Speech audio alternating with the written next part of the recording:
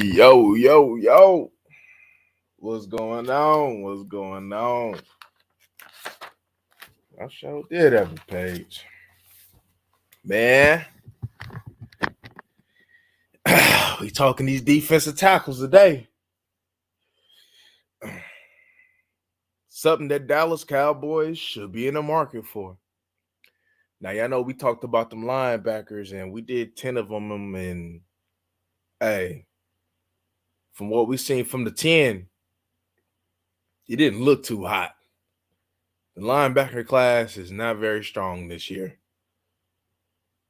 From the leader, probably on the way down. There might be a couple gems. We'll look at that down the line. But today we talking defensive tackles today. Now the defensive tackle class is a little bit better, but it's just so disappointing looking at these prospects. Now I know that a lot of these prospects ain't fully made and got the potential and it's always a risk, but I can just tell that a lot of them is not being coached. And how could the players of yesterday, even though these players may be these so-called athletic specimens or whatever, to me, the players of yesterday is better than the players of today. It's just the mindset and just how they being even the coaches. Like even the coaches, y'all, like it's just football is just it's on a downturn. It's going downward and it's going to continue to go downward from here. It's going to get ridiculous. I can probably assure you it's going to get real ridiculous if even though it's already pretty much at that state, it's going to continue to go downward and downward from here. But we're here to talk about these defensive tackles. There's a few of them that I do like. And there's a couple of them that won't be talked about probably too much that I want to shed light on. And y'all know, as we give our full scouting report, we're going to go ahead and as we go along, does this fit for the Cowboys? This is not fit for the Cowboys. We're going to talk a little bit. We're going to talk a little bit today, man. I was kind of excited for this one. Because I want to, and I'm glad I'm doing this one early because there's going to be a whole lot of disagreeing. I'm pretty sure on a lot of people's behalf. Probably a lot of scouts' behalf, but to be honest with you, because I'm seeing some stuff. I'm trying to figure out like how, like, what, huh? Man. But y'all know me. I bring receipts, and I was lucky enough to get in contact with some people that I'm able to go ahead and use their content in regards to because they was able to get some beautiful film that I'm like, damn, how was you able to get that? They was able to get some film that a lot of people can't get their hands on, and they are and they lucky enough, and I was lucky enough to get in contact with them, and they're gonna allow me to go ahead and use some of that film for my talking points in the future. So I'm excited for that as well. But we talking details. So the first one that we're gonna talk about today is what I see a lot of Cowboy Nation talking about, which is Mr. T'Vondre Sweat out of Texas. Big boy. They got him at 6'4", 362. Now, out of all the height and weights that people be lying about, you can believe that boy probably 6'4", 362. That's a big boy, man. With T'Vondre Sweat, you could, to be honest with you, you could play him 4'3" or 34. That's the big boy that a lot of people. If I had to if I had to pick one, I'd say 34. But he could be a 4'3" D tackle for you as well. Now T'Vondre, right? Let me make sure my charger is in, so that won't cut off while we talking. Let me make sure it's in. Yeah, let me see. Let me make sure. All right, we look like we good. All right, hold up. All right, there we go. I just wanted to make sure I got it plugged in. It didn't look like it was plugged in at first. Hold up. Yeah, I didn't want that thing to go out. There we go. All right. So back to Tavondre. One thing I had about Tavondre was that at times he wastes steps. As far as as a D tackle, you just want to go. You want to go shoot. Sometimes I see him take unnecessary lateral steps in his game. But that could be coached out.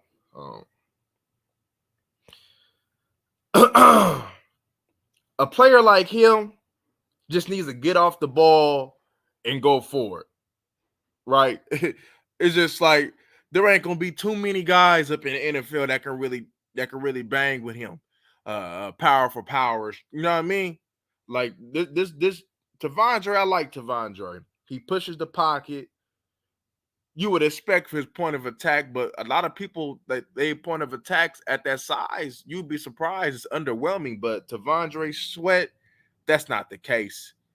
Him and the other defensive tackle that we'll talk about after this, you could tell why that Texas defensive line was solid in that middle. Tavondre definitely, like, that's a big body right there. When he sees the ball, he actually has a nice burst to the ball. When he decides he want to go for it, I didn't see nobody stop it. Like when he decides, like, I'm just gonna get off the ball, just go for it. I didn't see nobody in the games that I watched Tavondre stop it. When he decides he wants to rush, there's a little something there, right? Of course, he got the bull rush. He got a decent little swim move. He a strong player. Now his tackle radius isn't too wide, but that's okay. That don't mean he can't move, because he can move, and he can work down the line. He'll hold up blockers. One example, he did it very good against Alabama. He raised his game to another level to me in his responsibilities that Texas have him doing against Alabama, and I like to see that. He moves a lot better than what people may think that he may move. I know maybe people think like, okay, he can move, but he actually does move a little bit better than what people may think. I've seen him line up against Alabama at the 5 tech and was able to collapse the pocket. When he locks out against the offensive lineman, the offensive lineman, they ain't going nowhere. That's just what it is. When he wants to get off the ball and gets a jump on a snap, he can. Tavondre, now to apply that to Dallas Cowboys, now I know that you got the Mazi Smith situation. But to be honest with you, you can't let that hold you down. We know that a part of the situation was coaching, but a lot of that was also Mazi. But to be honest with you, if I'm looking at this, now I know Mazi, when it comes down to athleticism, he got more than what Tavondre Sweat had, but I can tell you probably right now that as a football player, Tavondre Sweat is better than him right now, even with his year of NFL experience. Hopefully we get a D tackle that can stop the run and get sacks. Not Mazi Smith. He's not a football player. Need a free safety like Cam Kitchen straight back. If you don't have any linebackers, what difference does it make if we get Sweat? Yeah. But yeah, that's with Tavondre. I like the player. I've seen people have him in the first round. He's not a first round pick. You probably would, especially with the draft and what I'm looking at so far, as far as the strength of it. On the defensive side, he'll probably be a little bit more valued than most. So I could see him going in the second round. But that's not a first round player. A player that doesn't give you potential 7+ sacks, That's not a first round pick, and that's where your boys kind of messed up with Mozzie, right? When we drafted Mozzie, we drafted him to be a superior run player, but he doesn't give us sacks. And even though you can make the KCC, if you're gonna draft somebody in the first round, it has to be like Dexter Lawrence.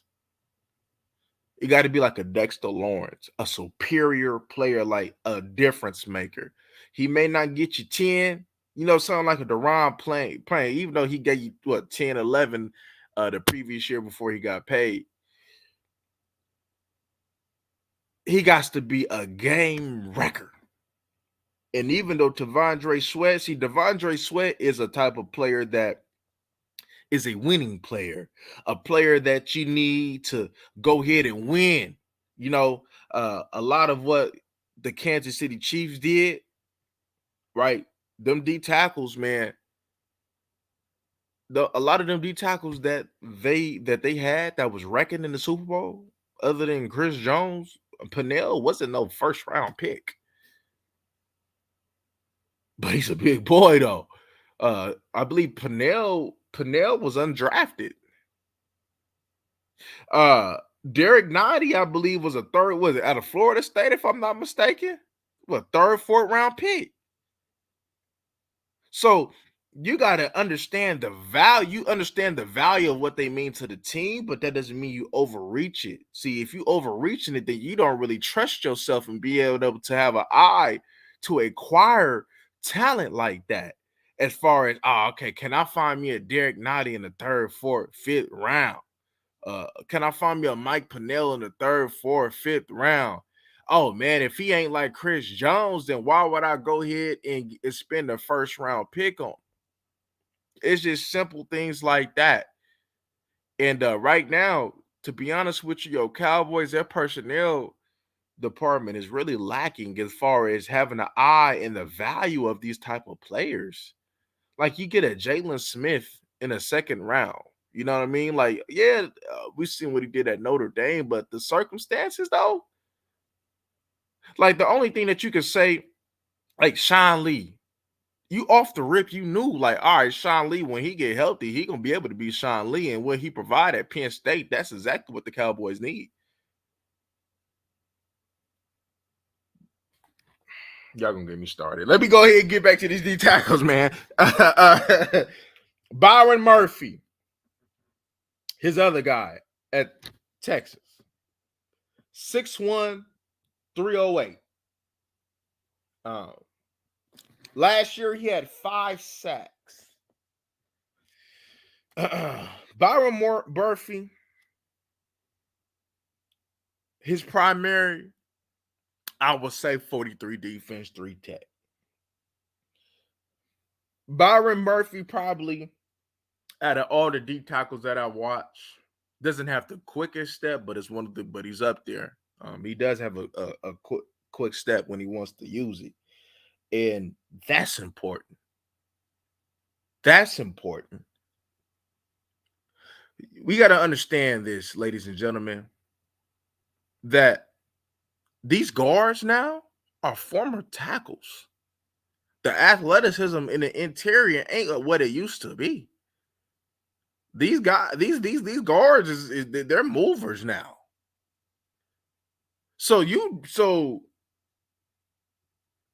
And what we seeing now is these ends is bulking up to become the tackles, and you see these tackles is transitioning to guard like Zach Martin.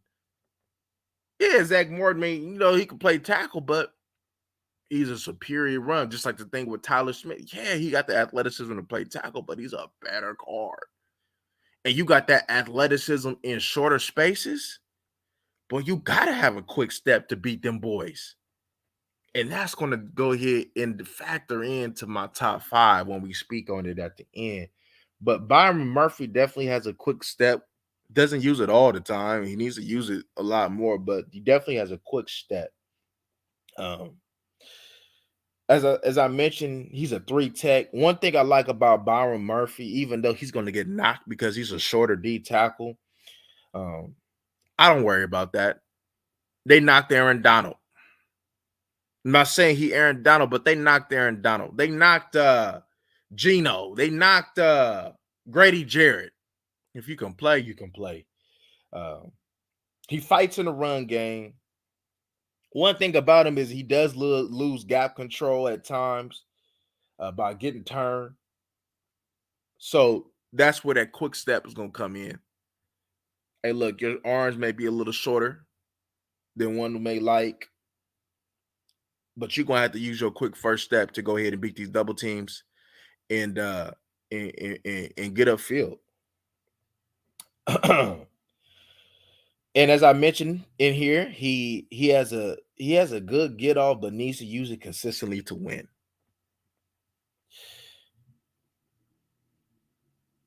He did struggle against double teams, but that's when as a smaller D tackle, because the reason why I know is because I was at a time a smaller D tackle, and one thing that I had to do was attack one man at a time. I can't be, I didn't have the luxury of to be the Tavondre Sweat and just pretty much his whole, but I didn't have that. So I had to go ahead and attack one man and swing my hips through and get through. And if I'm ever, and one thing that I was taught that I don't see no more, but it does work. Is hey, if you feel yourself getting blown back, make a pile. Make a pile. We don't see that stuff no more, man. Uh but yeah, them double teams that he was getting, he got blown off some. But he does stand his ground and he does fight in the run game. So Byron Murphy, he probably won't get talked about enough, but I could see him really being a solid D tackle. Somebody that can do the dirty work. I'm not too concerned. Like so they say he's 6'1", so he probably 6 foot. There's another tackle, I believe. He was from Texas as well. I believe Puna Ford. He wasn't big. He was what 5'10, 5'11, 300 and something pounds though, but he was decent though. Not saying he Puna Ford because he got more quickness than Puna Ford. But I think that he can, especially with the NFL today being so mediocre, I think that he can have some type of success in that. And kind of in the middle rounds, you can say second, third round. Uh, I believe that he could probably add value for a team. Not saying that he gonna just be this huge sack man, but I think he can add value for the team. Um, Hold up, let me make sure I didn't lose my spot. Now, one thing he does have is he's strong legs. Now, when it came down to him and having his gap integrity, in his regular responsibilities, I didn't see him get moved off the ball. But one thing that I did see at times that he stopped his feet on contact, and he can't do that, right? You ain't got that Tivondre Smith type of power to be able to stop your feet and still hold these double teams up. Because that's how you get moved. That's how you get moved. The one thing I've seen about him is he need to shed blocks better. He stays attached too long.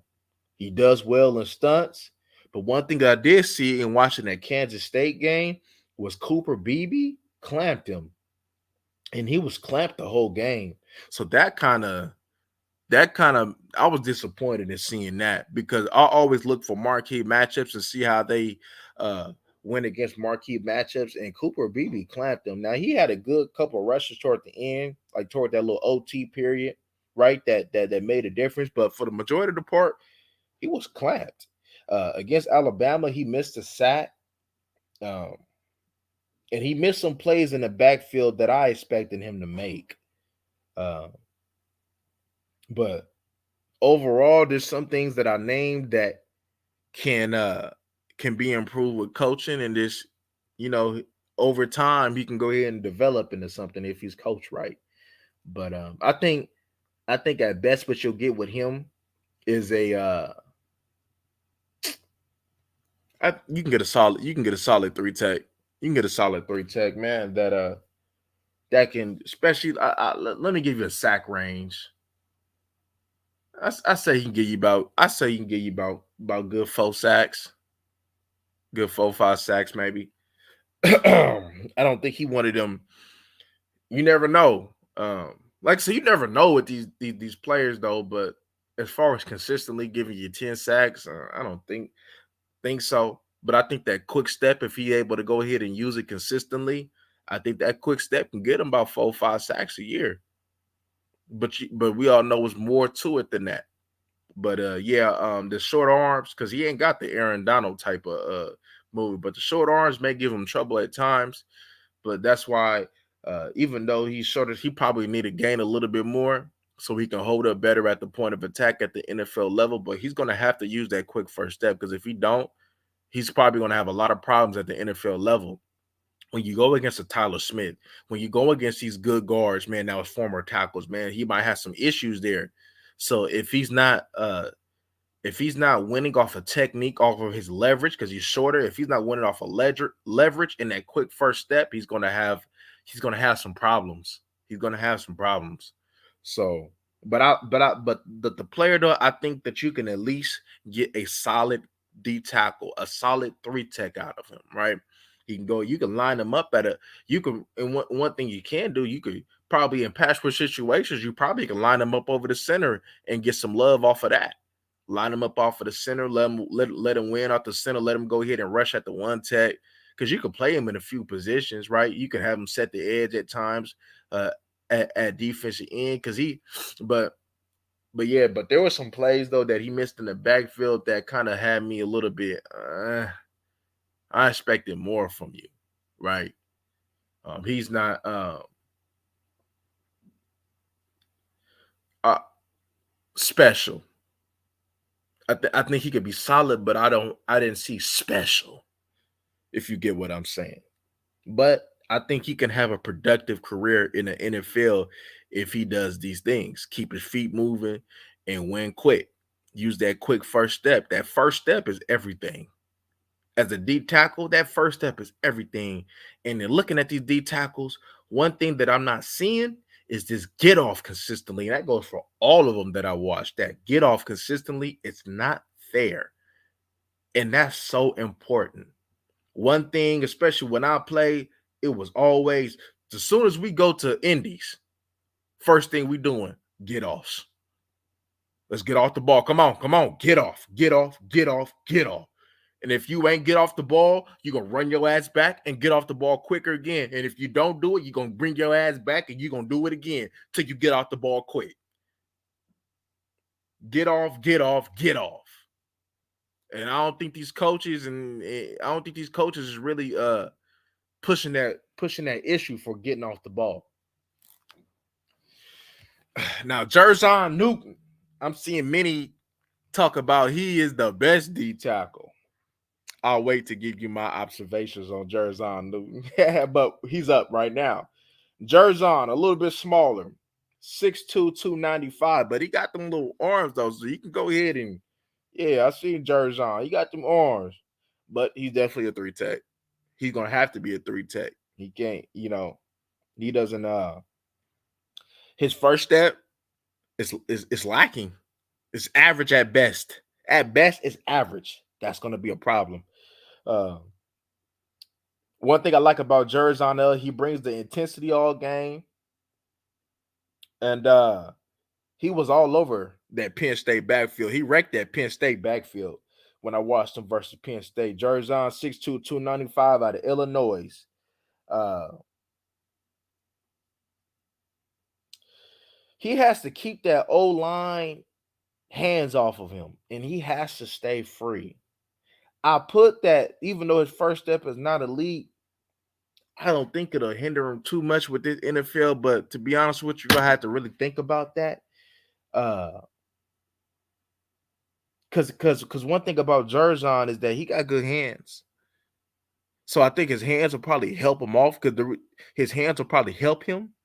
But that first that even though he don't got that elite first step, he gotta time that ball. He gotta time that snap, or he could be in trouble. Um, he hustles, good motor. He's strong for an undersized D tackle. Um, he plays around by getting upfield. He holds up at the point of attack. Um, One thing I seen what Illinois did was they lined up him everywhere, and he was able to get pressure. Uh, I did see he does get good extension when he does use it his hands to keep the O line away. Um, I was writing some notes early on, right? That's why, because as I continue to watch him, I disagree with some of my early notes. But as far as playing the run and playing the pass, he shows completeness. Um, he needs better. He needs consistent gap control when playing because he gets out of it at times. Um, he needs to handle. He needs to add bulk, and he does have some good lateral agility. Uh,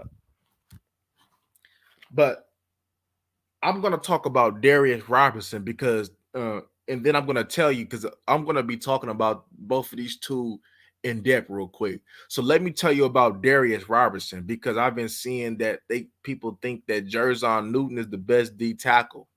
Then let me tell you about Darius Robinson. 6'5". Oh, Jerzon definitely 4'3".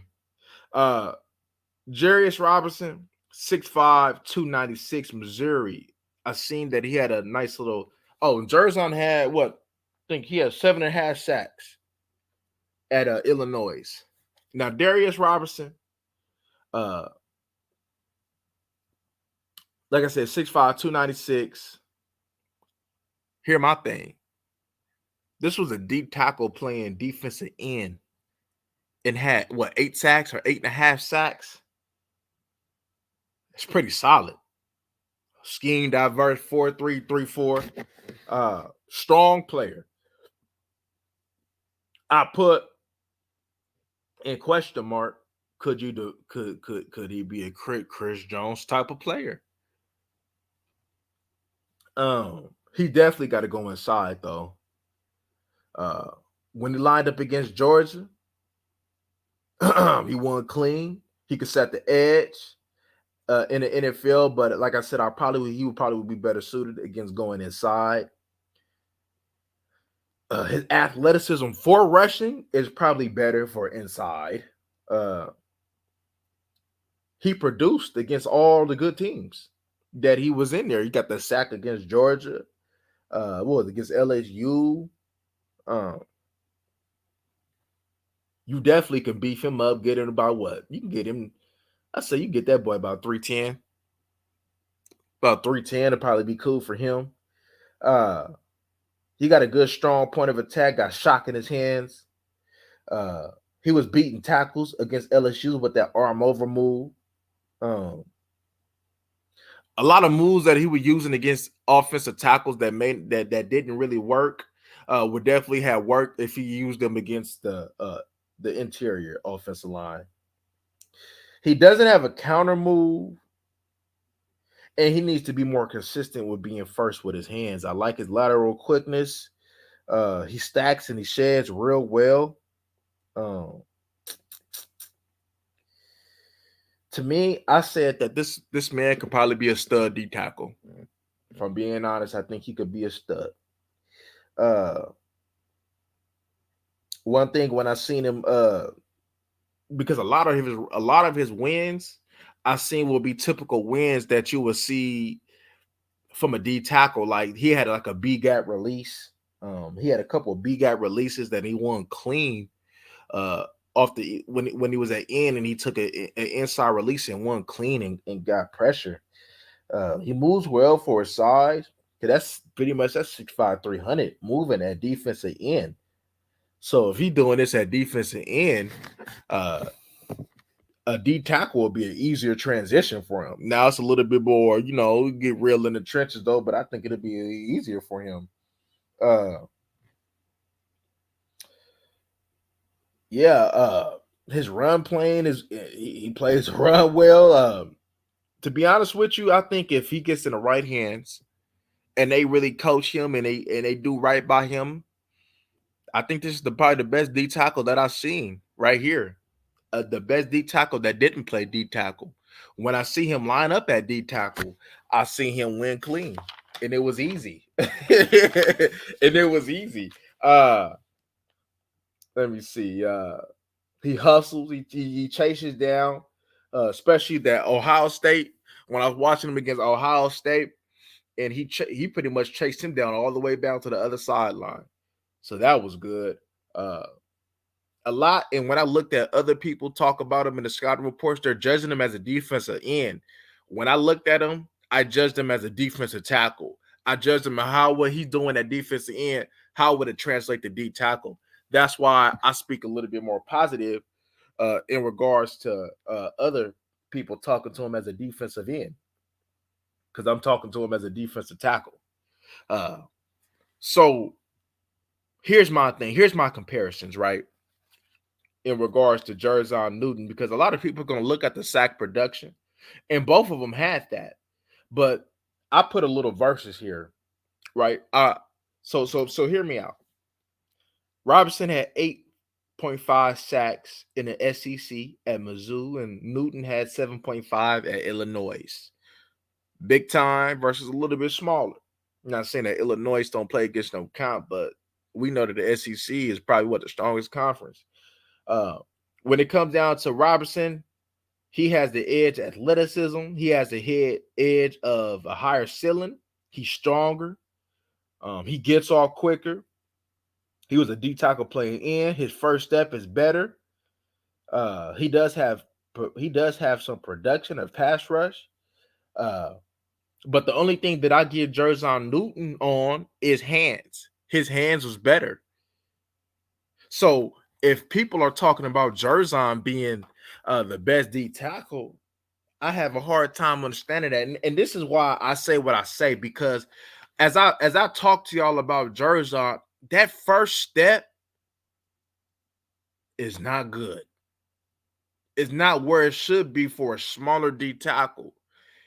His hands will allow him to win sometimes, but we know we're going against elite guards now. We're going against Pro Bowl guards now. So what do you have that could comp out? Because athleticism, they're beating you. Technique, their technique, they got it. So what does they have? What does Jer'Zhan have that can give him success consistently? I had a hard time breaking that down. He was just like, man, he just have to be more better than him at technique. But when I look at Robinson, I said, what does he have that can give him more success? He's strong. He got long arms. He's 6'5". Has a better get off. He can win. He can win off by his athleticism, by his movement. Darius Robinson, I'll tell you right now, to me and watching, even though he didn't play D tackle, I think Darius Robinson is the best D tackle coming out. There'll be others that will have success, but right now, looking at the characteristics and how they can and how it would translate, I think Darius Robinson is the best. You beef him up to about 310, 308, 310, you got something. You got something. I seen it. When nobody moved, I seen it. And then I seen him when he lined up at 3 tech. I seen because it wasn't often, but it was clean wins up the field. Every time I seen him at 3 tech, he was up the field. But when I seen Jer'Zhan, it wasn't up the field on his wins. He had to go ahead and try to knock him off, use his hands. He couldn't just win cleanly just off of just his jump off the snap, because his first step is average at best. And that first step is going to hinder him, because there were times even when he won, like he was if he's struggling to get past these college guards, what makes you think he won't have an even more troubling time going against these elite NFL guards? Now, there's some guards we know is trash that he'll probably make good work out of them. But let me ask you this: if any of these guards was going against Tyler Smith, Zach Martin, who would have the best chance? It'd be Darius Robinson. When you look at Jerzon, his saving grace is going to be sack production, and he can't get upfield, but he has to get a nice jump off of the snap. Let me see. There's some. Is it Draymond Jones that I will go ahead and say Newton is? It was one of these D tackles, man, that didn't have a good first step, and you can see it now is hindering. He's okay, he's solid, but his first step hindering from him being the way that he was looked at. That's going to drop Jerzon. If any of these scouts was smart, I seen that they had Jerzon as a Pro Bowler, 10 double-digit sack type of dude. When you look at the tape, you like, okay, I can see why that they would say that because he was a wrecking ball. But when you slow down the tape and look at him get off the ball, you're like, oh, wait a minute. Because let me make these comparisons. Let me go ahead. All right. When you look at Quinnen Williams, right? He's not a consistent, he's one of the best, but he's not a consistent 10 plus sack type of dude, but that don't mean he ain't a beast. What's stopping these other D tackles that's elite, that's good, but from being great, that quick first step. But when you look at Chris Jones, when you look at Aaron Donald, these consistent double sack individuals, what do you see? That quick first step.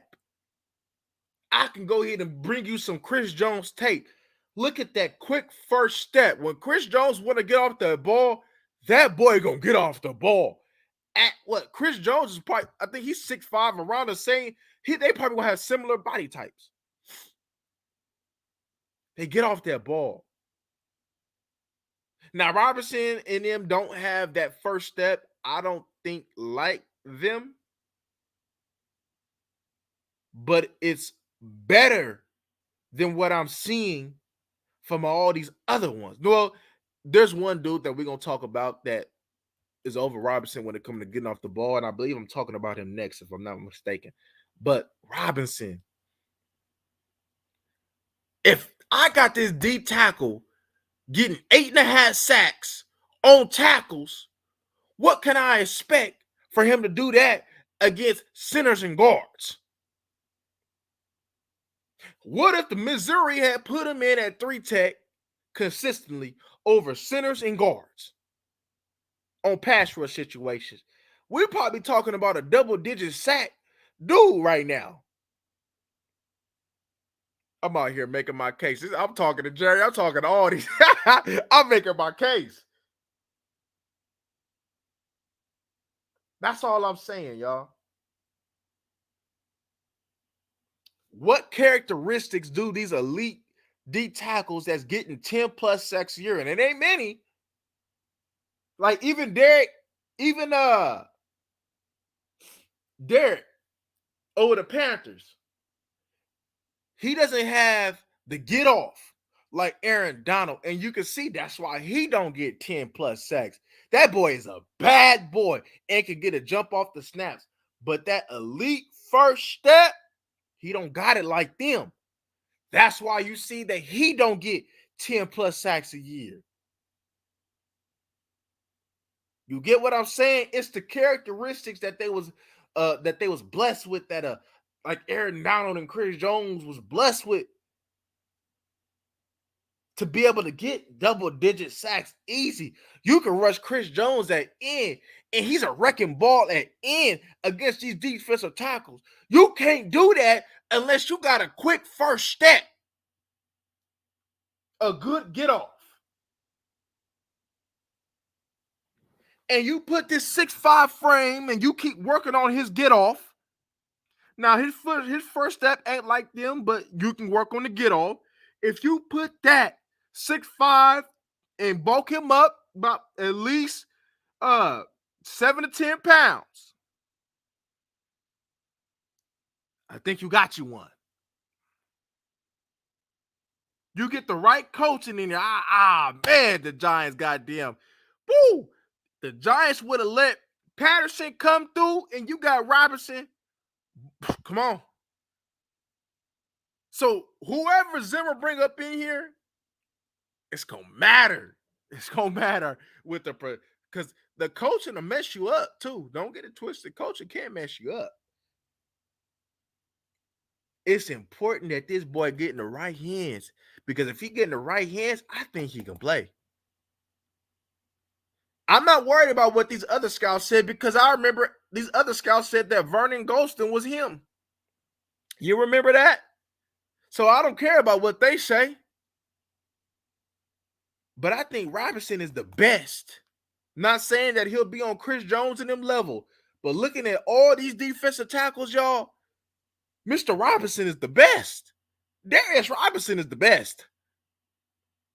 And he didn't play D tackle. I rest my case for now, but y'all know we're going to have many, many conversations about this one. Oh, no, he's not the next one. But we're going to talk about this dude, though. The dude that I want to talk about as well, if the Cowboys don't get a Darius Robinson, who I believe will probably be a first-round pick. Should be. But let's talk about this next player. Leonard Taylor, Miami, 6'3", 305. Leonard Taylor is probably he's an attacking 3 tech, 4-3 D tackle, upfield player. Oh, and by the way, if I didn't say it, Darius Robinson could play either scheme and probably be solid. Up at 3-4 end, 4-3-3 tech. He'll be solid in any one of them schemes. As long as you got him good enough field, it don't matter. But Leonard Taylor, one thing about Leonard Taylor that I seen that I like, that he uses the push-pull move a few times. But one thing I don't like about him is that he was on the ground far too much in the film. He needs to work on his core. One thing I also don't like about Leonard Taylor is that he gets out of his gap a lot. He gets in trouble when he's too high. And for somebody at 6'3", 305, he doesn't play big or strong. He needs to play stronger, in my eyes. But he does use his hands well. I definitely seen a few moves in his arsenal that, like, okay, if he plays stronger, if Leonard Taylor plays stronger, you could probably get a nice solid D tackle out of him as well. But if it ain't in your DNA to play like that, then if it ain't in your DNA now, what makes you think it'll be in your DNA in the NFL? But he needs to play stronger. I actually think that a good 10 to 15 will probably do him better. But you never know, because he is an upfield type of player. But like I said, he needs to work on core strength. He definitely needs to shed blocks better. No, my mistake. He does shed blocks well. He got good quickness for his size. His get off is inconsistent. Sometimes he gets off well, but at other times his reaction is very slow. And y'all know with them slow reaction times, it's not going to cut it. Get off is everything in these trenches. But one thing that you could say is that he had no sack production in his last year. He's a probably player that's based on potential. He did line up at end at times, though, but yeah, Leonard is more of an upfield type of player. And if you can get him to play stronger, I say you got you a quality rotational player. You got you a quality rotate, because we'll get into that at the end. But I could say you could at least get a rotational player out of Leonard. If you go ahead and bulk him up, get him to play stronger. But that sack production, I think, what did I seen? Was it 2 or 1.5 or something like that? But it wasn't there. So that was, yeah. But that's all I got on Leonard. Now, Cowboy Nation, you remember when I said that I might have found your 3-tech? His name is Michael Hall, 6'2", 280 All State. If you're not able to go ahead and get any deep tackles earlier, I think I might have found your 3-tech. Now, Michael Hall, he doesn't have sack production himself. I think he had 1.5 this year and 4.5 his previous year. But we're gonna talk. He lined up that end. One thing about Michael Hall is that, especially him being a little lighter, he can't have high pad level or it's a wrap. He has to bulk up because I seen it at Penn State and they ran right at him and they blew him off the ball. But he is strictly a 3-tech, 4-3 3-tech. One thing I like about him is he got good agility, good quickness about him. He can move down the line of scrimmage very well. He has elite quickness.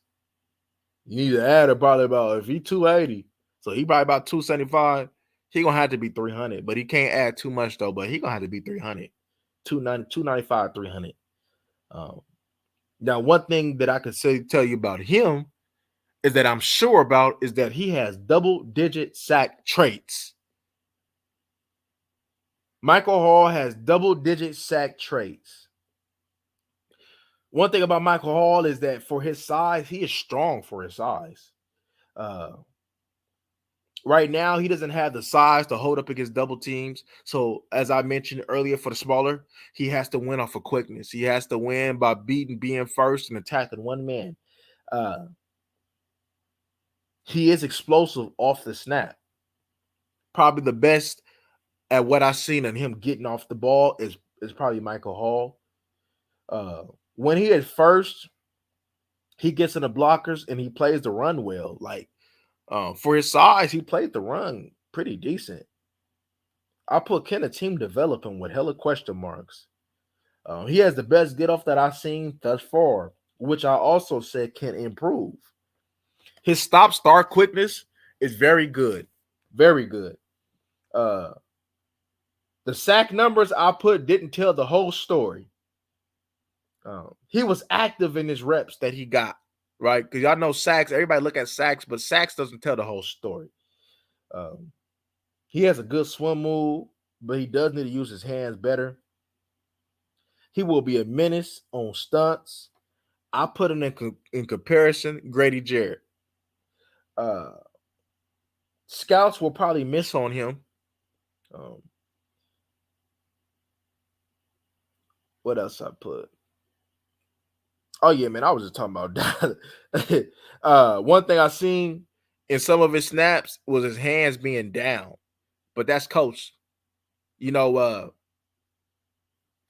a coach has sung this, put your hands where my eyes can see, to keep your hands up so you can go ahead and do work. So that's coach. That's coachable. But let me tell you something. Michael Hall got the potential to be a double-digit sack type of 3-tech for sure. At a little bulk, I'm pretty sure he's doing that right now because I'm pretty sure that's what every team will ask of him to do. So he's getting a jump start. But that's a double-digit sack. He got double-digit sack characteristics. And he's going to be there third or fourth round. That's somebody that, hey, is worth taking a chance on. You see, let me tell you something.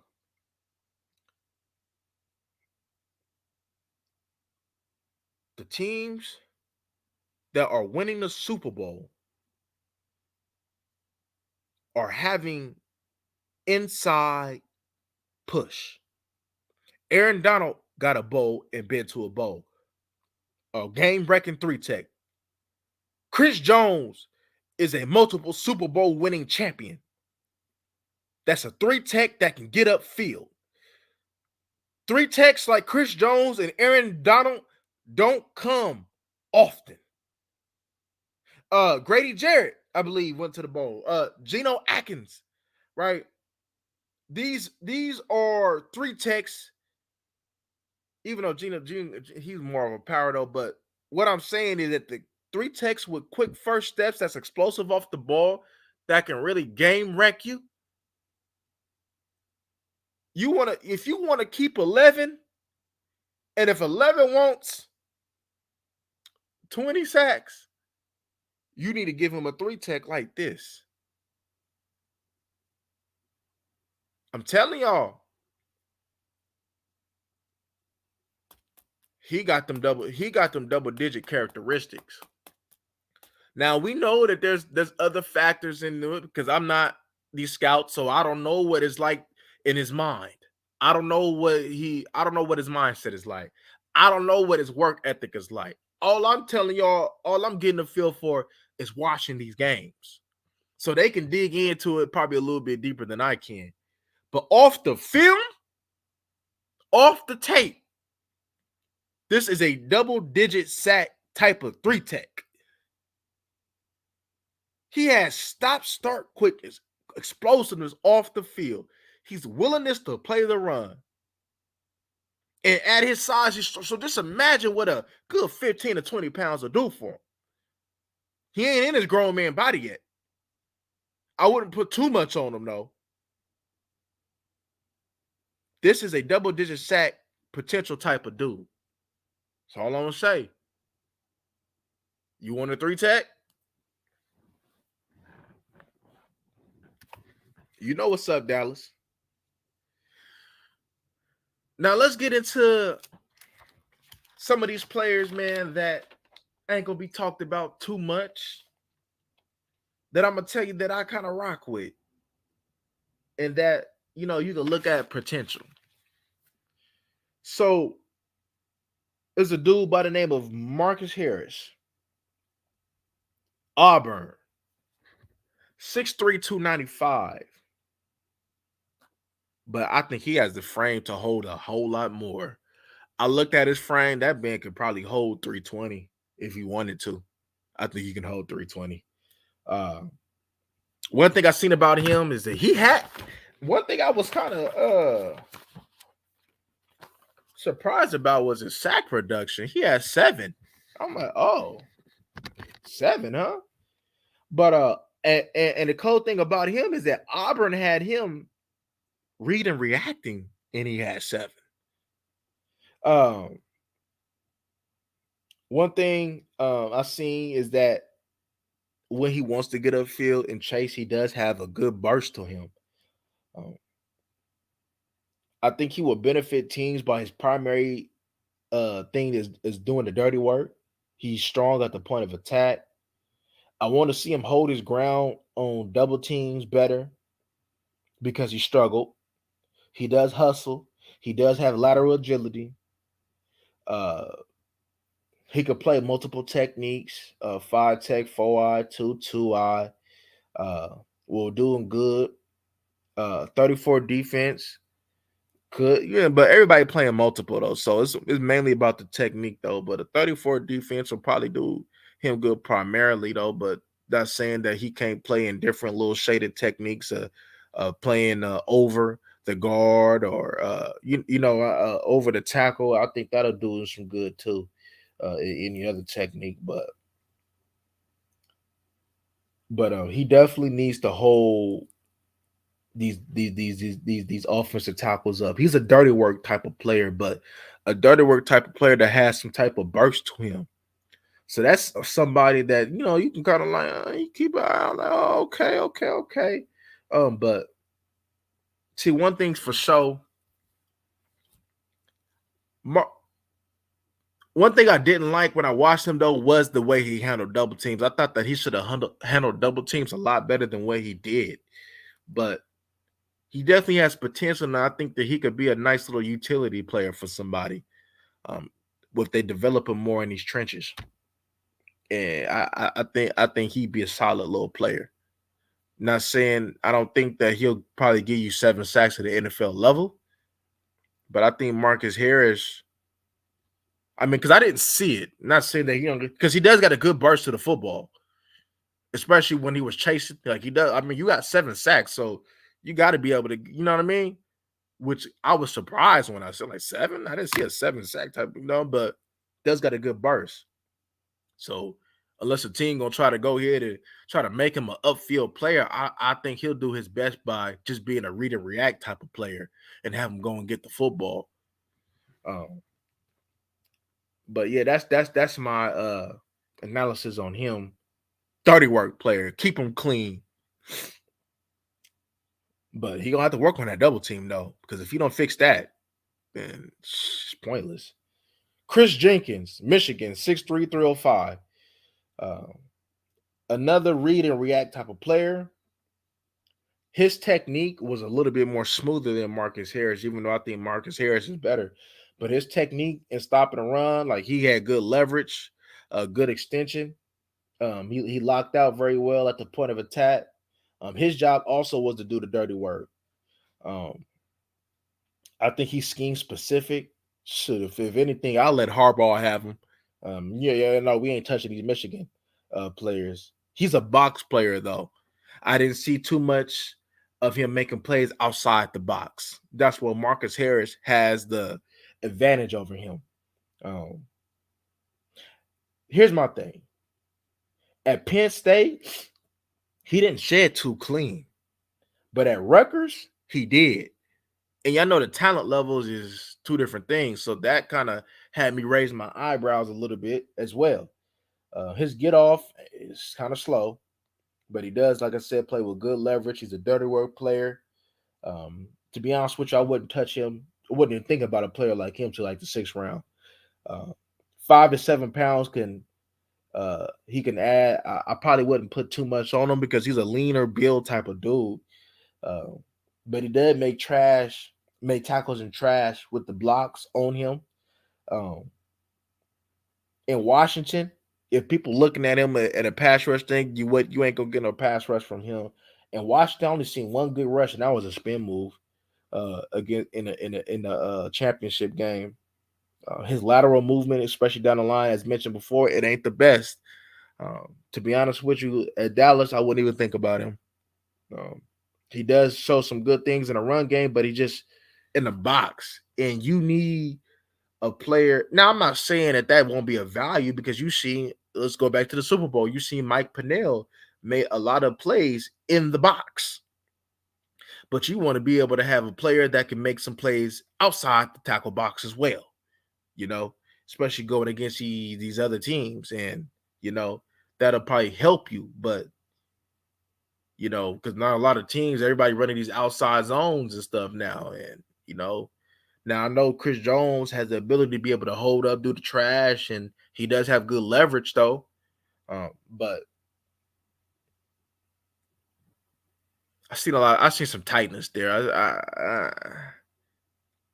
If I was a scout, if I was looking at a player, I'm not saying that I wouldn't have interest in him, but he'd definitely be at the bottom. I don't think I would draft him. I would bring him into camp and see what he can do. Because he does show some good things in that run game. And y'all know that run game is important. He definitely shows some good things in that run game. But, everybody looking at characteristics. I'm just looking at production. I'm looking at what you do. And, these Michigan D tackles, they're scheme dependent. So who knows if he gets out that scheme, how would he really do? Right? So if I was looking for a player that's going to do the dirty work, I would be more inapt to go ahead and go at Marcus Harris. Let's go to the next one. Here's a guy that I like, and he's young too. Here's a guy that I like, and I would love for the Dallas Cowboys to have interest in him. And I think that he could do some good things for the Dallas Cowboys. You keep your eye out on him, y'all. And if they were smart, if Jerry and them listening, if you were smart, you would have him on your radar in the middle in like a day 3. And his name is Mason Smith out of LSU, 6'6", 315. Now this what's up with Mason. He's strong, and he needs to make sure that he doesn't get high because he can get in trouble when he gets high. Uh, I didn't see him get pushed back. There's a couple times where he's kind of high, but against these double teams, that boy is strong. Oh, that boy is strong. Man, I see a lot of times when he stopped his feet, he will still lock out and get rid of the player. And he's that upper body strength is crazy. And he's young too. You can really develop that, man. This is somebody that need to be on your you want a dirty work player? This is somebody that need to be on your list. I only seen him really get pushed back on a triple team against Bama. He didn't get moved against Bama. He hustles. He used first and last on stunts. Has a strong point of attack. Not a pass rush type of player. But he's a player that you need to play winning football. I've seen him bat balls down at the line of scrimmage. When he gets a jump off the line, he's for sure playing on the other side of the line of scrimmage. 0 tech, 1 tech, 2-eye, 2, 5, 4-eye, you name it, he can play it. Don't matter what defense he in, he's diverse. One thing I would like to see him do better is use that 6 inch, that length better when it comes down to attacking these blockers.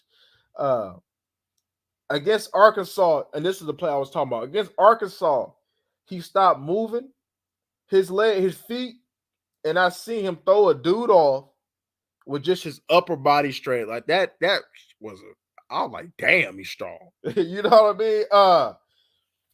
His tackling radius could be better. And I say that because he can move down the line of scrimmage. So like, are you lazy or what's going on? So his tackling, his tackling radius should be a lot better. But you coach that shit up out of him. You put Zimmer on him, that'll get coached out of him. But I would like to see him shed them blocks better though. But he did show a nice swim move. I would like to see him anchor a little bit better and work on his play recognition in the run game because his play recognition was just a little bit slow. I think he could develop to be an elite run stuffer.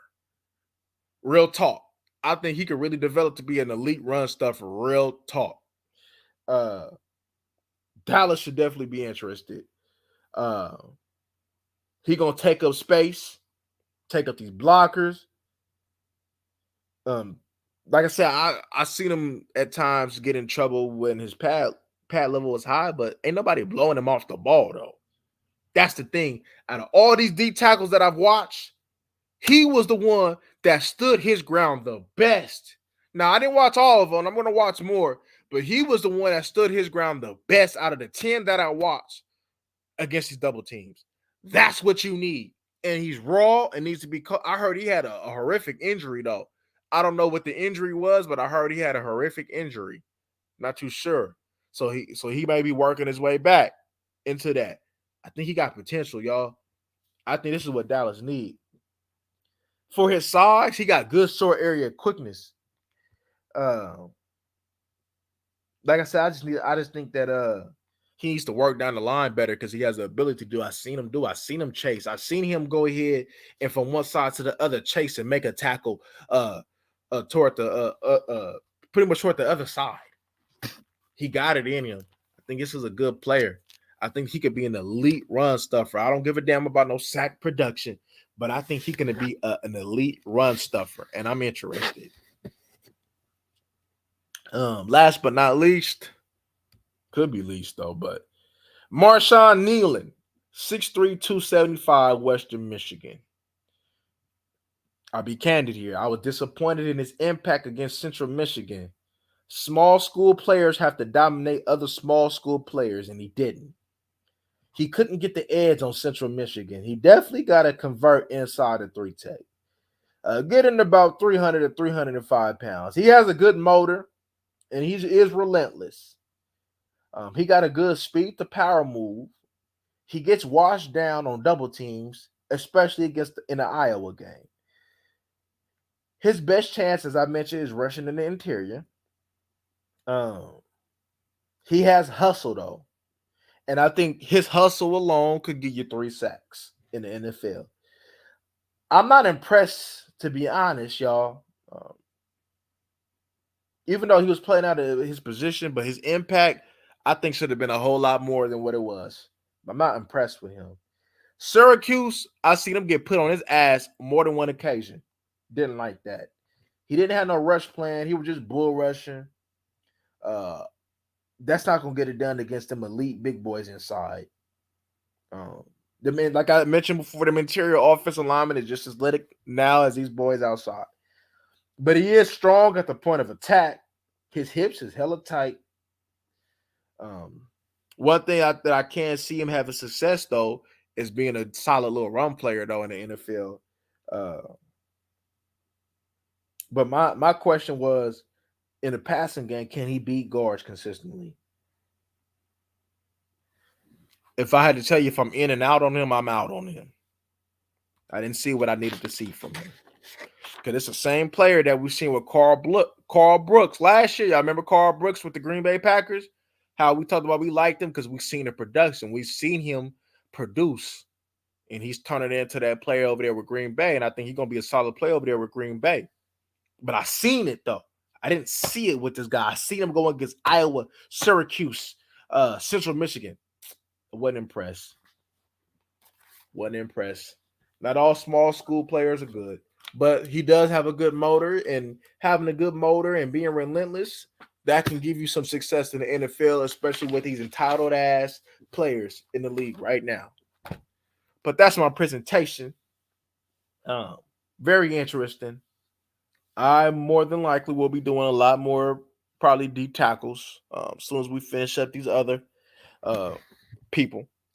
I at least want to try to do like 10 each for this position first on, and then we're gonna go back and we're gonna kind of do a surplus, kind of like how we did it last year.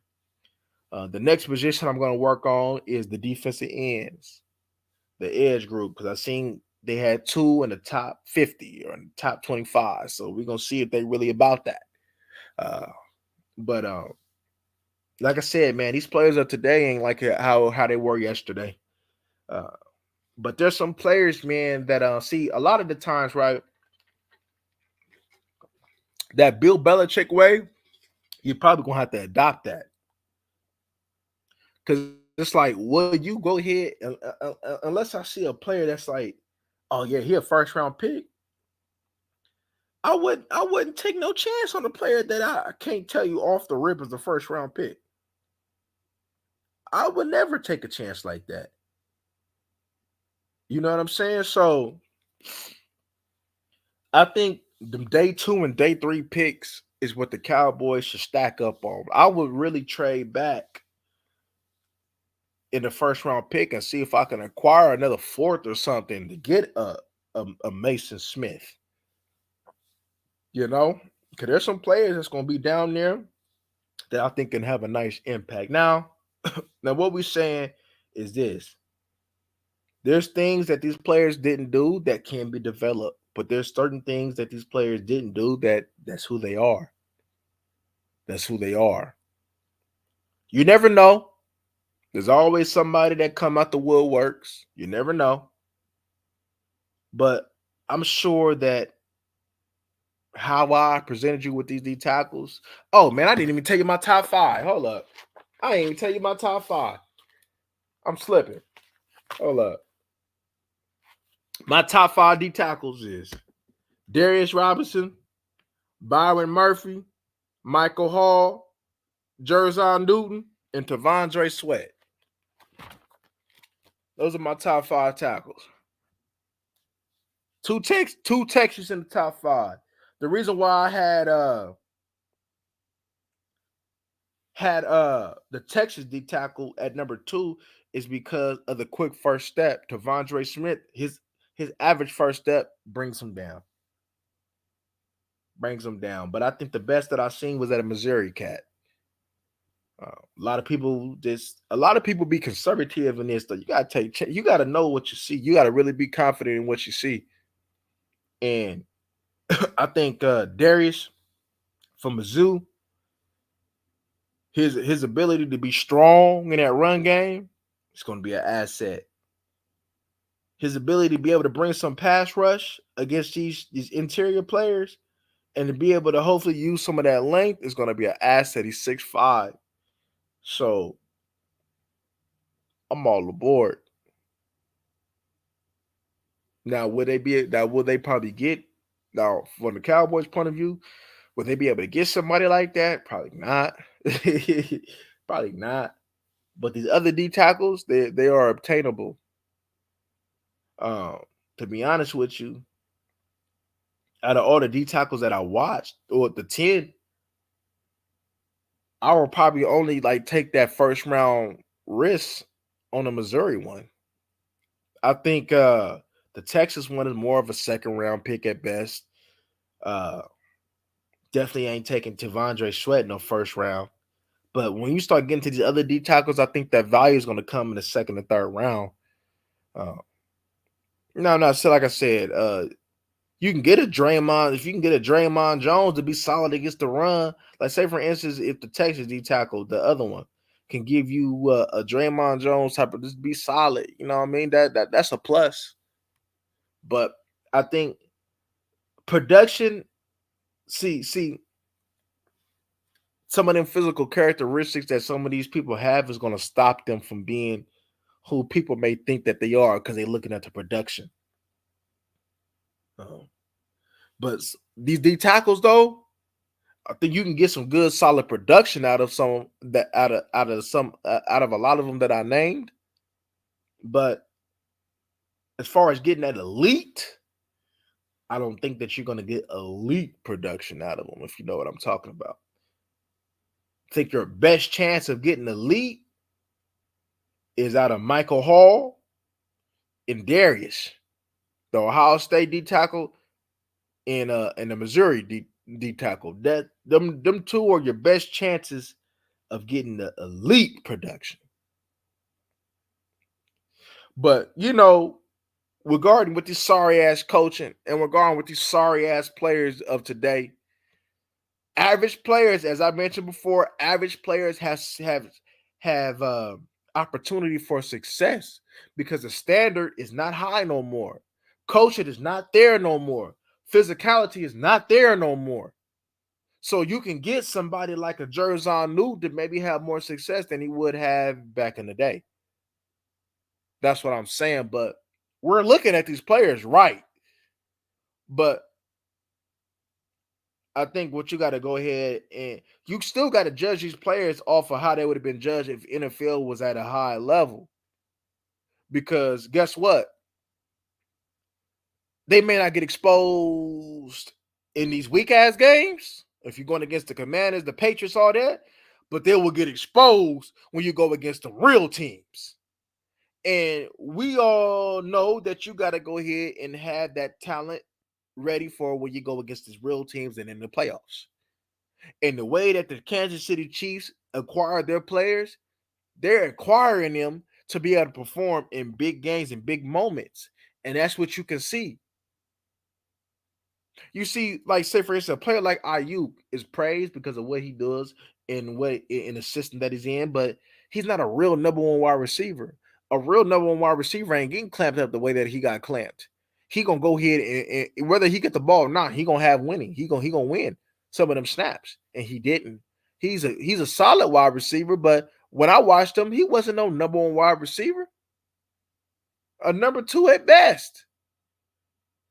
And you're gonna see that. And if the 49ers are struggling to go give him money, you see, they view him the way that they talk about. He thrived in what they do. And it's like the other Chiefs, like, hey, look, Frank Clark. Hey, look, they want a ring without Frank Clark. They drafted the Kansas State dude to replace him. And he was able to go ahead and produce. He did solid. You see how we can replace you? You are replaceable. This ain't no to the left, Beyonce. You can be replaced.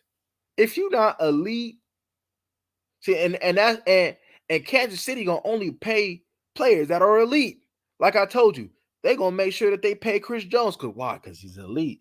They're gonna make sure that they pay Patty Mahomes. Why? Because he's elite. They probably gonna pay a couple of them corner or whatever because they are elite. You don't pay above average players, and that's what that they did with Michael Gallup. That's what the hell they did with TP and all that. You don't pay average to above average players like that. You got to pay the players that you could have built the core around. And some of these weak ass organizations don't understand that. But the Kansas City Chiefs understand that. That's why they're going to be in position to continue to win championship after championship after championship.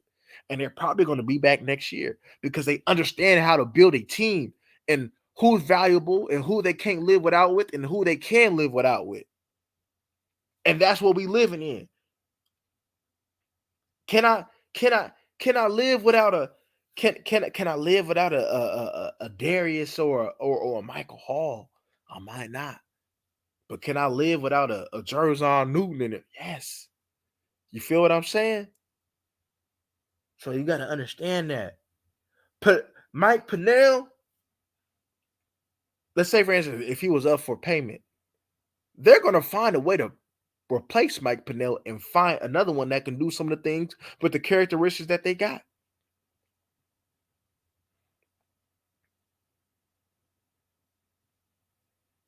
They said that the Kansas City Chiefs was interested in Mozzie Smith, and they thought about, do you understand that they probably punked the Cowboys in doing that? See, people ain't talking about that. They might have punked the Cowboys into making that move so they can get the player that they wanted.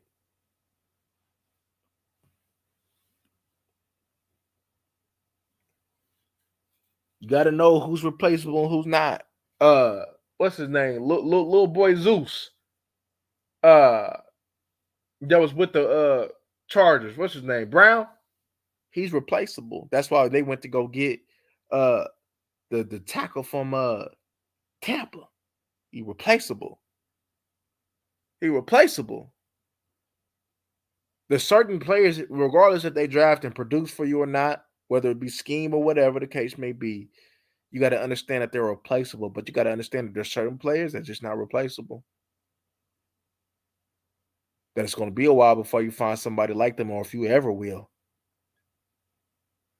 But only good championship teams understand that. So when we look at these players, we got to say, okay, some might produce that we may think trash, but they might produce in a good scheme. But they get out that scheme, they get out the league. The power of coaching is real. And one thing the Dallas Cowboys don't got is the power of coaching. They talking about, oh my God, we should have let Aiden Durr go. Who was Aiden Durr coaching? Look what he did on that defensive line. You telling me that look at his work.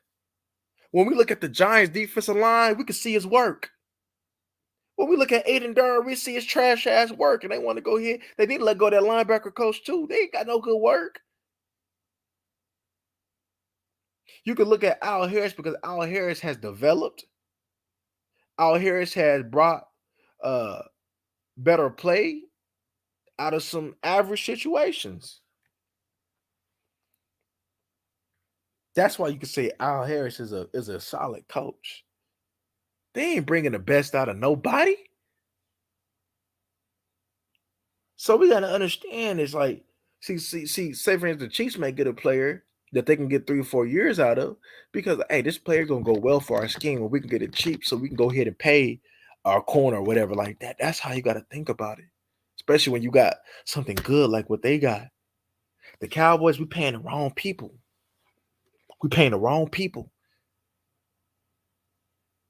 So you got to understand who you're paying. You got to understand, okay, how does this fit? And I just showed you what the Dallas Cowboys have been getting hit with.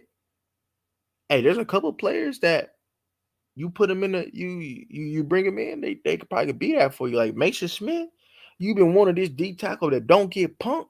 Well, I just told you in the Alabama game, this man did not get moved off the ball. So what does that say?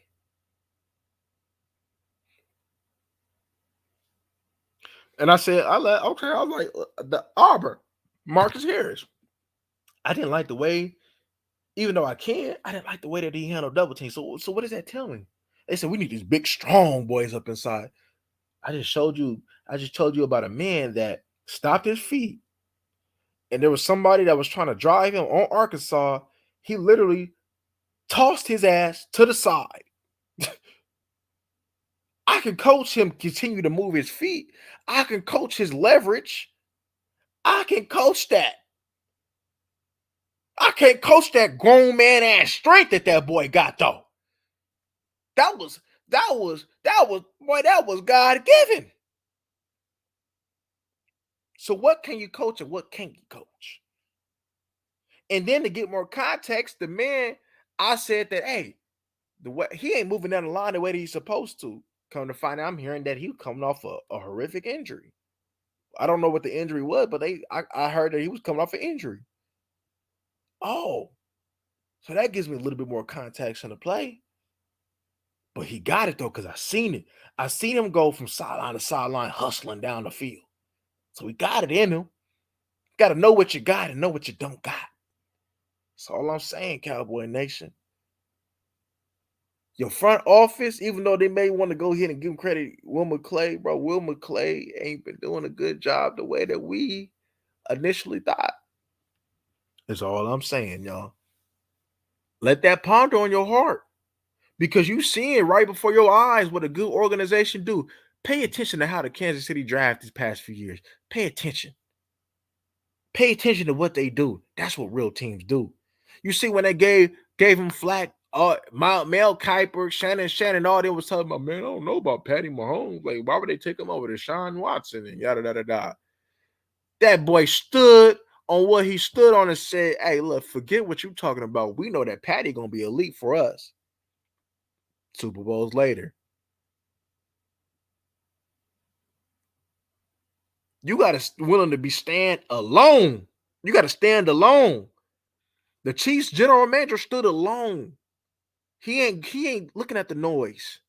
When I go look at this, I'm sure that I stand alone in what I see. But you can't worry about what the others say. Stand alone, because what you seeing, it ain't gonna fool you. Especially if you got a good track record of looking at talent. What you seeing is not gonna fool you. Stand alone. Don't let because he said that he good. I looked at a motherfucker tell me. They keep telling me about Peyton Wilson. But what the fuck are y'all seeing about Peyton Wilson? What, didn't he get punked against Notre Dame? That's what type of linebacker you want? Somebody that got punked against Notre Dame? What, because he hustles?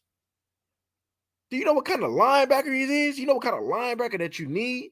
You know what type of linebacker that Zimmer is going to ask for? You think how that's going to translate? Know what you're watching. They don't know what they're watching. They talking about the injuries. Even if it wasn't injuries, it wasn't going to work. Now I see them talking about Junior Colson. The same Junior Colson that when it was time to go to bring a linebacker out, he was the linebacker to be brought out in coverage. But ain't nobody talking about Eichenberg. What are you watching, y'all? Scouts? What are you watching, scouts? So-called, what are you watching? You watching what I see? I want a linebacker that's around the ball all the time. Sideline, they talking about, oh, he might not be as athletic. He got a little bit tightness. So does Sean Lee. Oops. There ain't no perfect prospect, but it's perfect for you. That's all I'm saying. There ain't no perfect prospect, but it's perfect for you. So y'all know I'm gonna be standing alone. I've been doing that. I'm gonna continue to stand alone. I know what I see. And I'm telling you, there's a couple that, hey, if I'm the Dallas Cowboys, man. If I'm the Dallas Cowboys, I'm stacking up on day 3 picks. I'm going to get day 3 picks. So I can get me a Mason Smith. players like that. Because I think the where the value is going to be in this draft is on day 3, that 4 to 7 range. Probably third too, but I think that's where your value at. And we know the Dallas Cowboys don't know what the hell they're doing in that draft room. They just drafted Schoonmaker, a 2nd-round pick. Y'all remember when I talked about Schoonmaker? There wasn't nothing second. I think I had him as a 4th, I think. Wasn't nothing second about that boy. Overshown, I had about 2nd, 3rd. And they got the value for that. But Schoonmaker? Bro, come on. Come on, bro. And we're going to sit over here and crown Will McClay like he know what the he doing? Nah, fam. Nah, fam. He don't. He don't. They need to bring somebody else. They need to be going good. Go get them a real GM that got a good track record. Because if Jerry putting his trust in Stephen Jones and Will McClay, you seen what's going on, bro. They don't know what they doing, bro. They don't know what they doing. Y'all remember what I said? Yeah, it's a little bit more than X's and O's, is mindset, play. But I can tell what's in your mindset by how you play.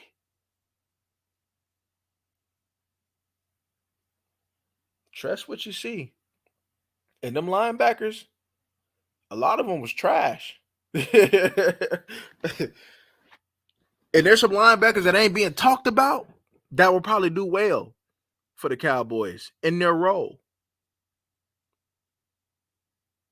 Like I go back to that Texas linebacker. He probably was it Jalen Ford, I think. That's somebody that'll probably do solid for the Cowboys. Eichenberg, somebody that would do solid for the Cowboys. That's all I'm saying. That's all I'm saying. Let that ponder on your heart, y'all. Appreciate y'all for coming through.